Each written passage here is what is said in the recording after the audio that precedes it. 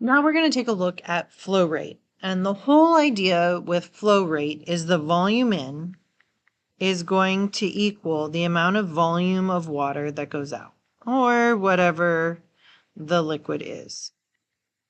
Whatever goes in needs to come back out.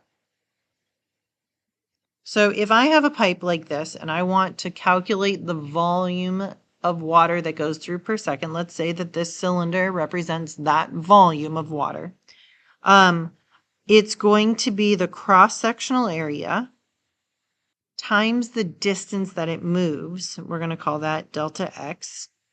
Sure, if it was standing up, you could call it height, but it just makes sense with a pipe to say it's moving sideways because a lot of pipes go sideways. And if I want to say it goes through that volume each second, then this cross-sectional area times that distance is going to be my volume.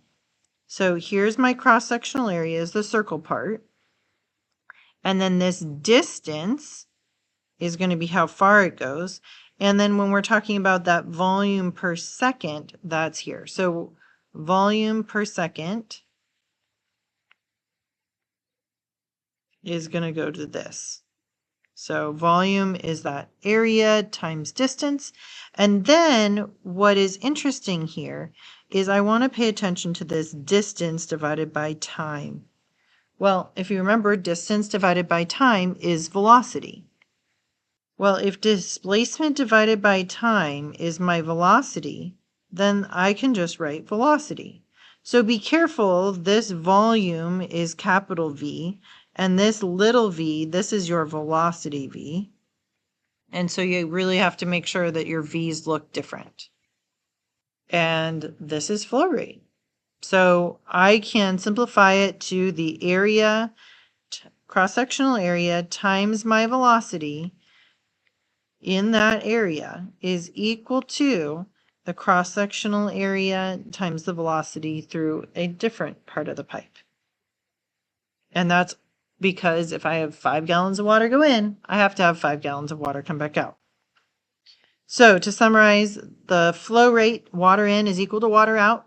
So that means the volume of water that goes in one side must come out the other side. And we're going to look at it as cross-sectional area times distance per second.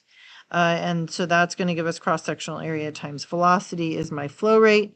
Now what's weird is flow rate is Q. I don't know why. It is random, but that's what this means. So the volume of water per second going in is equal to the volume of water per second coming out. And those are equal to this cross-sectional area times velocity for both of them. If you have questions, let me know.